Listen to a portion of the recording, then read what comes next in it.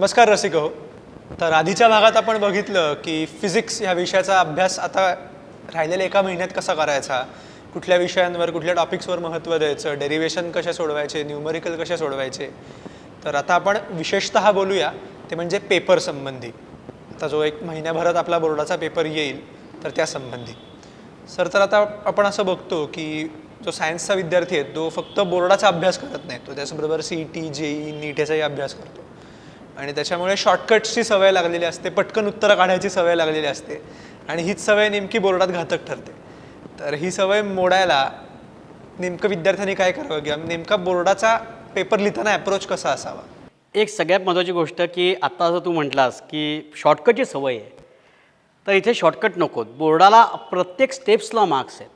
मग प्रत्येक स्टेप्सला मार्क्स असतील तर आपल्याला प्रत्येक स्टेप ही उलगडून दाखवली पाहिजे. म्हणजे अगदी छोट्यातली छोटी स्टेपसुद्धा उडी न मारता आपण केली पाहिजे. अगदी छोटी स्टेप आहे, किरकोळ स्टेप आहे, म्हणजे कदाचित पुढच्या स्टेपला फक्त मला 3-2 एवढंच लिहायचं आहे, पण तरी ते 3-2 ही मधली स्टेप लिहून मग मला 1 लिहायचं आहे. डायरेक्टली 1ला उडी मारायची नाही, कारण की त्या मधल्या स्टेप्सला मार्क्स असतात बोर्डाला, हे लक्षात घ्या. त्या प्रत्येक बारीक बारीक बारीक बारीक गोष्टी आपल्याला लिहायच्या आहेत, कुठली गोष्ट सोडायची नाही आहे मध्ये. आणि हे बोर्डाचा पेपर याचा फिक्स डोक्यात पाहिजे. तेच प्रूफ्सबद्दल मी मग डेरिव्हेशन मागच्या एपिसोडमध्ये आपण म्हटलं की डेरिव्हेशन लिहिताना मुलं डिस्क्रिप्शन लिहित नाहीत, ती डिस्क्रिप्शनही नाही सोडली पाहिजेत. मला प्रत्येक गोष्ट पेपरवरती उतरवायची आहे, कारण की जे पेपरवरती आहे त्याला मार्क्स आहेत. तुमच्या डोक्यात काय आहे त्याला मार्क्स नाही आहेत. येस. आणि आता आपण बघितलं तर फिजिक्सचा जो पोर्शन आहे तो प्रचंड आहे, खूप मोठं पुस्तक आहे फिजिक्सचं. तर त्याच्यामध्ये विद्यार्थ्यांना आता 1 महिना उरला आहे, तर त्याच्यामध्ये काही महत्त्वाचे जे टॉपिक्स आहेत तर असे त्यांना तुम्ही जर का सांगू शकाल की हे हे हे हे कराच, तर मला वाटतं बरं राहील त्यांना. सगळ्यात महत्त्वाचा जर का आपण फिजिक्समध्ये बघितलं चॅप्टर्सची जर का लिस्ट बघितली तर वेटेज वाईज जे चॅप्टर आहेत ते पहिल्यांदा करायचं आहे. म्हणजे ते वेटेज तुम्हाला कुठेही मिळेल, कुठल्या चॅप्टरला किती वेटेज आहे. वेटेज वाईज चॅप्टर हे सगळ्यात ज्याला जास्त वेटेजचे चॅप्टर पहिल्यांदा करा. पहिला जो आपला लाईटचा चॅप्टर आहे, वेव्ह ऑप्टिक्स, तो आहे. रोटेशनल डायनॅमिक्ससारखा चॅप्टर आहे, हे चॅप्टर पहिल्यांदा त्याला हात घाला. आणि मग बाकीचे आणि हे ह्या वर्षी करोनामुळे जी परिस्थिती आलेली आहे तर त्याच्यामुळे मध्ये काही चॅप्टर्स हे ड्रॉपआउट केलेले आहेत. ते चॅप्टर्स नाही, चॅप्टरचा काही भाग. तर कोणता पार्ट ड्रॉपआउट केला आहे हे नीट समजून घ्या, त्याचाही आपण उगाच अभ्यास करत बसू. आणि मग बाकीचा जो राहिलेला भाग आहे त्याचा अभ्यास अतिशय नीटपणे करा. एक मी ह्याच्यात सांगेन की मी सांगितलं की ज्याला जास्त वेटेज तो आधी करा. मग याच्यात घाईगडबडीत होतं कसं, EMI आणि AC करंट या चॅप्टरला जास्त वेटेज म्हणून त्या मुलं आधी करायला जातात. आणि हां, आता ही रिव्हिजन असेल ठीक आहे, पण आपण पहिल्यांदाच करत असू आणि मला इलेक्ट्रोस्टॅटिक चॅप्टर मी आत्तापर्यंत हातही लावलेला नसेल, ऑप्शनला टाकलेला असेल, करंट इलेक्ट्रिसिटी चॅप्टरकडे मी बघितलेलं नसेल, मॅग्नेटिक इफेक्ट ऑफ इलेक्ट्रिककडे बघितलेलं नसेल, तर मला EMI आणि AC करंट कळणार नाही आहेत वेटेज जास्त असलं तरीही. त्यामुळे EMI AC करंटला वेटेज जास्त असलं तरीही मला पहिल्यांदा electrostatics, current electricity, magnetic effect of electric current हे सिक्वेन्शियली कव्हर करूनच मग EMI आणि AC करंट याला हात घालता येणार आहे, अदरवाईज घालता येणार नाही. खास करून याच्यात मला अजून एक सांगायचं आहे की डिफरन्शियल इक्वेशन हा जो पार्ट आहे ना तो फिजिक्सला बराच लागतो. ज्यांचं मॅथ्स नाही, ज्यांचा PCB ग्रुप आहे त्यांनी कमीत कमी डिफरन्शियल इक्वेशनचं अगदी बेसिक जे आहे ते जरी कुठनं शिकून घेतलं, ते 1-2 दिवसात शिकून होईल, फार काही हे नसतं त्याच्यात. सो 1-2 दिवसात कुठनं तरी शिकून घेतलं ते डिफरन्शियल इक्वेशनचा पार्ट, तर खूप फिजिक्स सोपं वाटायला लागेल. त्यामुळे तो नक्की शिकून घ्या. डेरिव्हेटिव्ह इंटिग्रेशनवरती थोडीशी मेहनत. येस. आणि आता आपण पेपर पॅटर्न बघितला फिजिक्सचा, तर असं दिसतंय की MCQ आहेत, छोटी उत्तरं आहेत, मोठी उत्तरं आहेत. तर हे सगळं सोडवताना आता MCQ तर ठीक आहे, MCQ सारखे असतात, पण नेमकं किती लिहावं हे विद्यार्थ्यांना कळत नाही त्या मार्कांना बघून. तर त्याच्याबद्दल तुम्ही काही सांगू शकाल की कसं लिहावं, किती लिहावं आणि नेमकं लिहावं का काय विस्तृत लिहावं? अर्थात पेपर मला जेव्हा डेफिनेशन विचारतात ती 1 मार्काला असते, पण डेफिनेशन विचारली की फक्त ती एक डेफिनेशन, त्याच्याबरोबर डेफिनेशनबरोबर रिस्पेक्टिव्ह फॉर्म्युला, त्याची डायमेन्शन्स ही शक्यतो लिहावीत. 1 मार्काचे क्वेश्चन हे साधारणपणे 2 ते 3 ओळीत आपले संपतात. तेवढे छोटे ते विचार 4 ओळी फार पडतात. 4 लाईन्समध्ये ते आपले संपले पाहिजेत, एवढे छोटे त्याचे ॲन्सर्स असतात. फार काही मोठी ॲन्सर्स 1 मार्काकरता नसतात. 2 मार्काकरता थोडं थोडं ते वाढायला लागतं.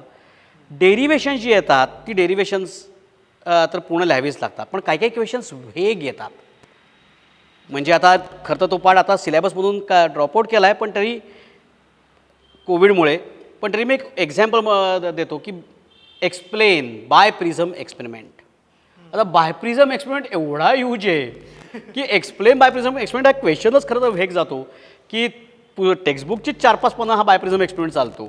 त्याच्यात त्याचं कन्स्ट्रक्शन आहे, वर्किंग आहे, how to measure X, capital D, small D, आणि मग त्याच्यावरनं फाइंड आउट करायचा लॅमडा तो कसा करायचा, मग स्मॉल डी फाइंड आउट करायचं, एक वेगळं एका पानाचं प्रूफ आहे.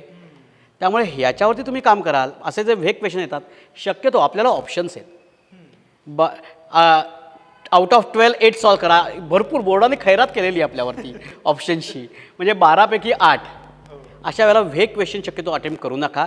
ज्याचं माहिती आहे की याचं ॲन्सर एवढ्यात संपतं, हे पर्टिक्युलर आहे, हे मला माहिती आहे, ते पर्टिक्युलर जे आहे तेवढंच करा, तेवढ्यावरती काम करा. Yes, it's sufficient. आणि फिजिक्सचे ॲन्सर्स काय 3-3, 4-4 पानाचे असतात असं कधी नसतं. जनरली सायन्सचेच ॲन्सर्स की खूप प्रिसाईज ॲन्सर्स आपल्याला द्यायचे असतात. मॅक्झिमम म्हणजे वेव्ह थिअरी ऑफ लाईटमधलं रिफ्लेक्शन आणि रिफ्रॅक्शन वगैरे अशी काही जी प्रूफ्स आहेत मोठी, किंवा इंटरफेरन्सचं प्रूफ आहे, हीच तशी मोठे असले प्रूफ्स आहेत. अदरवाईज खूप मोठं ह्यूज 4-4 पानाचं असं काही नाही आहे आपल्याकडे. ओके. आणि आता परीक्षेमध्ये पेपर सोडवताना जी एक येते ती गोष्ट म्हणजे पॅनिक सिच्युएशन. प्रूफ लिहिताना सुरुवात आपण व्यवस्थित करतो, सगळं डिस्क्रिप्शन तुम्ही म्हटलं तसं छान लिहितो, मॅथमॅटिक्स सुरू होतं, नंतर कळतं की अच्छा कुठेतरी हे गचकतंय, प्रॉब्लेम येतोय किंवा गणलं आहे काहीतरी, किंवा न्यूमरिकल सोडवताना पण फॉर्म्युला बरोबर असतो, सबस्टिट्यूशन बरोबर असतं, may be log anti log करताना कुठेतरी कॅल्क्युलेशन्समध्ये कळत जातं की ओके नाही हे काहीतरी चुकतंय. तर अशा पॅनिक सिच्युएशन्सला कसं हँडल करावं? सगळ्यात पहिल्यांदा आपल्याला बोर्डाने 70 मार्काचा टोटल पेपर आहे फिजिक्सचा आणि 3 तास दिलेले आहेत. More than sufficient. त्या सगळ्यात पहिल्यांदा एक गोष्ट लक्षात घ्या, पेपर बघितल्यानंतर जो आपल्याला 10-15 मिनटं आधीच मिळतो तो एक नीट वाचा, शांतपणे वाचा. वाचताना MCQ अजिबात वाचू नका. कारण काय होतं, MCQ 10 असतात, त्यातले काही MCQ ना थोडेसे ट्रिकी डिफिकल्ट लेवलचे टाकलेले असतात. 3-4 MCQ असतात आणि ते डिफिकल्ट MCQ ते वाचलं की आपल्याला वाटायला लागतं बहुतेक आपल्याला जमणार नाही आणि आपला कॉन्फिडन्स लूज व्हायला लागतो. पॅनिक सिच्युएशन तिथून सुरू होते. MCQला अजिबात हात लावायचा नाही. पहिला क्वेश्चन MCQचा असेल तर तो वाचायचा नाही. Start from next question. बोर्डाचं असं कंपल्शन कुठेही नाही की तुम्ही MCQपासूनच सुरुवात केली पाहिजे. मी तर उलटं मुलांना असं सांगतो, solve MCQ at the end. MCQ सगळ्यात शेवटी काय करायचे, बाकीचे क्वेश्चन 2 मार्काचे, 3 मार्काचे, 4 मार्काचे करून घ्या आणि मग 1 मार्काच्या क्वेश्चन्सला हात लावा. बरेच वेळा आणि गंमत अशी असते की आपले 2, 3, 4 मार्काचे क्वेश्चन्स चांगले तयार झालेले असतात, कारण की ते डेरिव्हेशन्स असतात, न्यूमरिकल्स असतात, आणि आपण डेरिव्हेशनच्या मागे न्यूमरिकल्स मला जमत नाही म्हणून त्याच्या मागे जास्त लागलेलं असतो वर्षभर. ते क्वेश्चन उलट आपले जास्त चांगले झालेले असतात आणि 1 मार्काचेच क्वेश्चन बरेचला आपले. आणि पॅनिक सिच्युएशन तयार जी होते ना मेन ती इथेच होते की मला 1 मार्काचे क्वेश्चन जमेन असे व्हायला लागतात आणि मग मी पॅनिक होतो, मला काहीच जमत नाही आहे. हे चुकतंय, असं नको व्हायला. ते 1 मार्काचे क्वेश्चन त्यामुळे सगळ्यात शेवटी हात लावा, ते सगळ्यात शेवटी सोडवा. बाकीचे जे चॅप्टर्स आहेत, बाकीचे जे क्वेश्चन्स आहेत ते क्वेश्चन्स पहिल्यांदा काय करा, ते सोडवून घ्या आणि मग 1 मार्काकडे जा. Okay, right. आणि तुम्ही म्हणलात तसं की 70 मार्काचा पेपर आहे, 3 तास दिलेले आहेत, पण तरी मला वाटतं जर का ते वेळेचं नियोजन केलं नाही ते 3 तासांचं, तर मग तुम्हाला अख्खा दिवस दिला तरी तुम्हाला तो कमी पडेल. तर तुमच्या मते काय नियोजन करावं विद्यार्थ्यांनी पेपर सोडवताना? नियोजन म्हणजे मी जसं म्हटलं तसं बरेच मुलं काय करतात, MCQला जो पहिल्यांदा हात घालतात आणि 3 तासातला अर्धा तास ते MCQवरतीच असतात. 1 मार्काचे क्वेश्चन आहेत, वेळ वाया घालवू नका त्याच्यात. ते शेवटच्या 10 मिनिटात सुद्धा होऊ शकतात, पण पहिल्यांदा का वेळ लागतो, पहिल्यांदा एकतर आपलं जसं पॅनिक सिच्युएशन एक आपण तयार केलेली असते, मला एखादं जमत नसतं, त्या एक जे जमत नाही ना त्याच्यावरून आपण पॅनिक सिच्युएशन तयार करतो. दुसरा पॉईंट, तिथे कॉन्फिडन्स लूज झाल्यामुळे आपल्याला प्रत्येक MCQला वेळ लागायला लागतो आणि आपला अर्धा तास कसे होतात हे आपल्यालाही कळत नाही. अर्धा तास MCQतच गेला तर मोठे क्वेश्चन राहायला तुम्हाला किती वेळ पुरणार आहे. त्यामुळे MCQ सगळ्यात शेवट. दुसरं, न्यूमरिकल सॉल्व करायला घेतलं कुठलंही की आपण काय घड्याळ लावून हा माझा क्वेश्चन ना इतक्या वेळात संपला पाहिजे असं नाही होत कधी. होत नाही, किंवा तिथे ऐन वेळेला ती काय परिस्थिती असेल ते नाही सांगता येत. त्यामुळे तसं घड्याळ लावून कुठलंही MCQ कदा न्यूमरिकल सॉल्व करू नका. कदाचित असं होतं की एखाद्या न्यूमरिकलला वेळ लागतो तर पुढच्या त्याच क्वेश्चनमधल्या एक न्यूमरिकल पटकन सुटून जातं. सो 3 मिनटं मला सुटलंच पाहिजे न्यूमरिकल असं काही नाही आहे. पण जनरली एक लक्षात घ्या, आपले जे section A, section B, section C असे जे सेक्शन्स आहेत ते साधारणपणे आपण जर का बघितले तर मार्क्स जे इक्वली डिस्ट्रीब्युटेड आहेत. खूप काही अगदी मेजर डिफरन्स आहे की एक 12 मार्काला आणि दुसरा 40 मार्काला असं काही नाही आहे. साधारणपणे एक अर्धा तास प्रत्येकाला लागेल असं बघा, अर्धा ते पाऊण तास तो आपला संपेल. आणि सेक्शन A 1 मार्कला MCQला स्पेशली शेवटची 10 मिनटं राहिली ना तरी नंतर ग्रीप आलेली असते, पटापट होऊन जातात क्वेश्चन. अगदी वेळ संपली आणि पेपर एक्झामिनर काढून घ्यायला लागला, आपले 2-3 MCQ राहिले आहेत तरीही सॉल्व करायला वेळ नसेल तरी काहीतरी मटके मारून तरी आपल्याला बाहेर येता येतं. त्यामुळे असं सांगणं खरं तर चुकीचं आहे. मटके मारू नका, 10 मिनटात ते सॉल्व होतात आणि 10 मिनटात व्हायला पाहिजे तसे डिझाईन केलेले असतात. येस, थोडक्यात पेपर असा डिझाईन केलेला असतो की तो मुलांना सोडवता यावाचा ठरलेला वेळ. म्हणजे असं ठेवून पेपर कोणी बनवत नाही बोर्ड की आता सुटलाच नाही पाहिजे विद्यार्थ्यांकडून. नाही असा कधीच बनवला जात नाही. तो पेपर व्यवस्थित मुलांना सगळ्या मुलांना लिहिता येईल असाच एक्झामिनर सेट करत असतात. बरोबर. आणि शेवटचा मुद्दा तो म्हणजे रिचेकिंग पेपरचा. सगळा पेपर आपला जेव्हा होतो तेव्हा जो एक रिचेकिंगला आपण म्हणून एक 5 मिनटं बाजूला ठेवतो, म्हणजे 10वीत आपण ठेवायचो. बरोबर. तर तीच प्रथा पुढे कंटिन्यू करावी का काय? करावी म्हणजे केलीच पाहिजे. शेवटची एक 15 मिनटं आपल्या हातात राहिली पाहिजे की ह्याच्यात माझा पेपर चेक करून कुठे काही लिहायचं राहिलं असेल, कुठे काही अंडरलाईन, कुठे काही थोडंसं डेकोरेशन म्हणजे ॲन्सर्स वगैरे जी आपली न्यूमरिकलची असतात त्याकडे अंडरलाईन करणे, याकरता तो वेळ व्यतीत केला पाहिजे, आपण घालवला पाहिजे. म्हणजे याच्यात काही चुकलं असेल तर आपल्याला करेक्ट करता येतं.